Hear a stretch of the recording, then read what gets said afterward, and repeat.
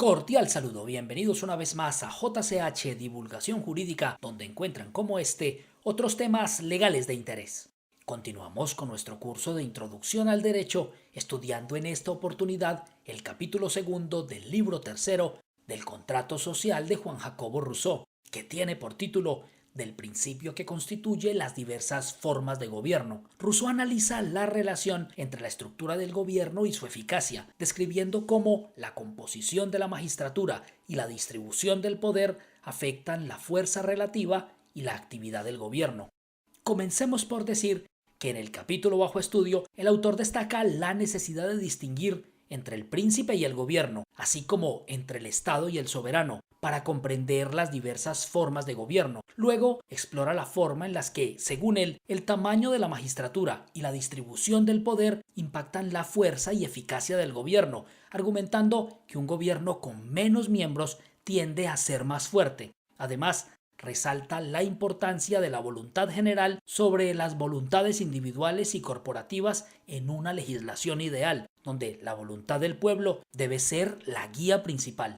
Rousseau analiza también el efecto de la concentración del poder en una sola o pocas personas en aras de obtener eficacia gubernamental, señalando que la fusión de la voluntad particular y general puede llevar a un gobierno más activo. Además, discute cómo la multiplicidad de magistrados y el aumento del tamaño del Estado pueden debilitar la eficacia del gobierno. Posteriormente, Rousseau destaca la importancia de adaptar el gobierno al tamaño del Estado y al número de ciudadanos para mantener un equilibrio óptimo entre la fuerza y la voluntad del gobierno en beneficio del Estado. Por último, es fundamental aclarar que cuando el autor habla de que un gobierno pequeño puede facilitar la gobernabilidad y la eficiencia y por lo tanto servir al bien común, en ningún caso está apoyando a gobiernos autocráticos o dictatoriales. Precisamente por eso, al inicio del capítulo, se encarga de distinguir con claridad entre príncipe, gobierno, Estado y soberano, abogando en cualquier caso por el respeto a la voluntad general como aporte principal de su pensamiento político.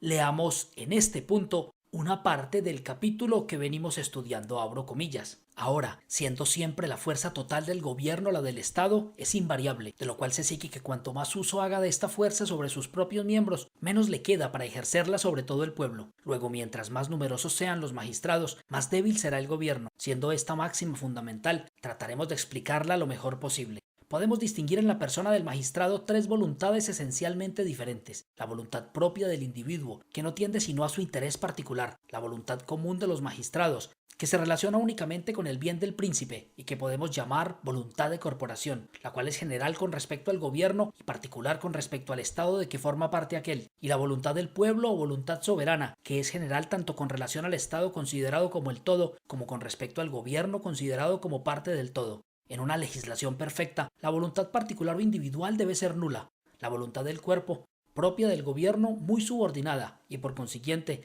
la voluntad general o soberana, siempre dominante y pauta única de todas las demás. En el orden natural, por el contrario, estas distintas voluntades hácense más activas a medida que se concretan. Así, la voluntad general es siempre la más débil, la del cuerpo ocupa el segundo rango y la particular el primero de todos, de suerte que, en el gobierno, cada miembro se considera primeramente en sí mismo, luego como magistrado y por último como ciudadano, graduación directamente opuesta a la que exige el orden social. Cierro comillas.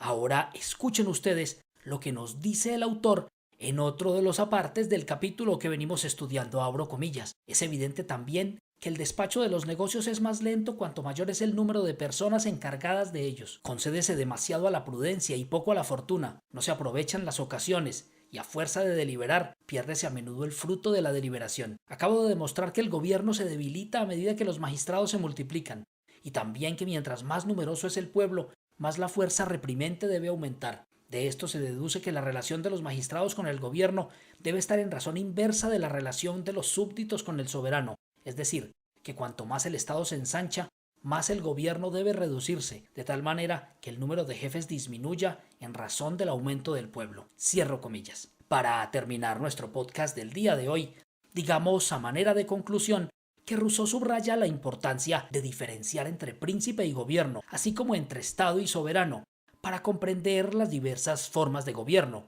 También señala que el tamaño de la magistratura y la distribución del poder afectan la eficacia gubernamental. Destaca la supremacía de la voluntad general en una legislación ideal y sugiere que reducir el tamaño del gobierno puede mejorar su eficiencia. Finalmente, enfatiza en la necesidad de ajustar el gobierno al tamaño del Estado y al número de ciudadanos para mantener un equilibrio óptimo. Hemos llegado al final del capítulo segundo del libro tercero del Contrato Social de Juan Jacobo Rousseau. Espero que este tema sea de su interés y que ante todo sea de utilidad para todos ustedes. Los invito a darle like si están escuchando este podcast en Facebook o YouTube, o a calificarlo si lo están haciendo en Spotify. No olviden compartir esta información para que muchas más personas sigan aprendiendo derecho con nosotros. Muchas gracias.